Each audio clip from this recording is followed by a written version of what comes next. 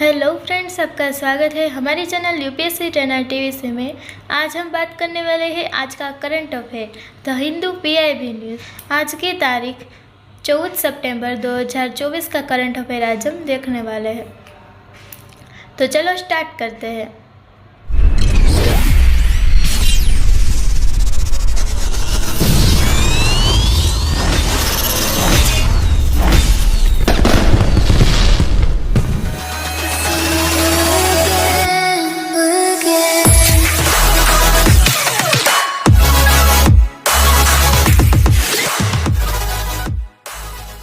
तो देखते हैं फ्रेंड्स, 14 सितंबर राष्ट्रीय हिंदी दिन। लोगों को बहुत कन्फ्यूज़न होती है इसमें 10 जनवरी और 14 सितंबर में। तो ये याद रखना, जो 10 जनवरी है वो वर्ल्ड हिंदी दिन है, जो आज का दिन है वो राष्ट्रीय हिंदी दिन के नाम से मनाया जाता है। आगे देखते हैं फ्रेंड्स, इंडस एक्स जो रक्षा शिखर सम्मेलन का तीसरा संस्करण है जो कैलिफोर्निया में है। ये याद रखना फ्रेंड्स कि ये जो कैलिफोर्निया में है ये बहुत इम्पोर्टेंट पॉइंट है। आगे देखते हैं विश्व ओजोन दिवस 2024 जो 30वां है और जो 16 सितंबर को यह दिन मनाया जाता है। 16 सितंबर इस दिन अगर कुछ नया हमारी भारत सरकार करेगी तो उसकी भी अपडेट हम आपको देंगे, पर ये अभी याद रखना कि 16 सितंबर को विश्व ओजोन दिन मनाया जाता है और उसकी थीम है मॉन्ट्रियल प्रोटोकॉल, जिसमें जलवायु कार्यवाही को आगे बढ़ाना इसका हेतु है। इसमें आप देख सकते हैं, पहला देखो, अब ईस्वीसन वाइज देखना। पहला है वियना कन्वेंशन जो 1995 में हुआ है, और दूसरा मॉन्ट्रियल प्रोटोकॉल जो 1987 में, और तीसरा है किगाली समझौता जो 2016 में हुआ है। यह आपको बहुत इम्पोर्टेंट पॉइंट है, आपको वनडे एग्ज़ाम के लिए भी यह पूछा जा सकता है। अगर आप यूपीएससी की या पीसीएस की तैयारी कर रहे हैं तो आप ये भी याद रखना कि जो ये वियना कन्वेंशन है वो रवांडा में है, जो किगाली समझौता ऑस्ट्रिया में, और मॉन्ट्रियल प्रोटोकॉल वो है कनाडा में। आगे देखते हैं पर्यावरण समझौता जो ओजोन परत क्षरण करने वाले लगभग 100 मानव निर्मित रसायनों को उत्पादन और उपयोग को नियंत्रित करता है।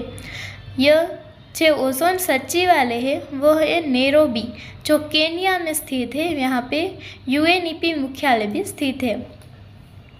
इसमें आप देख सकते हैं ओजोन की बेसिक इन्फॉर्मेशन है जो प्राकृतिक और मानव निर्मित रूप से यह फैलाया जाता है। इसमें आप आगे देख सकते हैं शोभ मंडल और समताप मंडल दोनों में यह पाए जाते हैं। ज़्यादातर एमसीक्यू में शोभ मंडल ही दिया जाता है, तो इसमें आप कंफ्यूज मत होना फ्रेंड्स, ये दोनों मंडल आप याद रख सकते हैं। इसमें एक बहुत इंपॉर्टेंट चीज़ जो याद रखना फ्रेंड्स, जो 16 सितंबर को मनाया जाता है विश्व ओजोन दिवस। यह आपको बहुत आगे किसी भी एग्ज़ाम में यह पूछा जा सकता है। नेक्स्ट देखते हैं ब्लू रिवॉल्यूशन, प्रधानमंत्री मत्स्य संपदा योजना। 4 साल उसके पूरे हुए हैं और उसकी जो लॉन्चिंग डेट थी वह है 10 सितंबर 2020।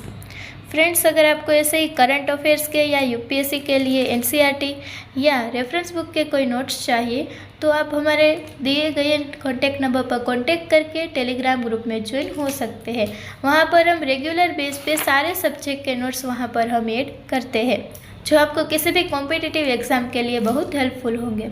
नेक्स्ट देखते हैं फ्रेंड्स, यह एक बहुत ही इंपॉर्टेंट पॉइंट है, ये याद रखना, आपको किसी भी एग्ज़ाम में यह पूछा जा सकता है। अंडमान एंड निकोबार द्वीप समूह की राजधानी पोर्ट ब्लेयर का नाम बदलकर श्री विजयपुरम कर दिया गया, जो चोल साम्राज्य का नौसैनिक अड्डा भी हुआ करता था।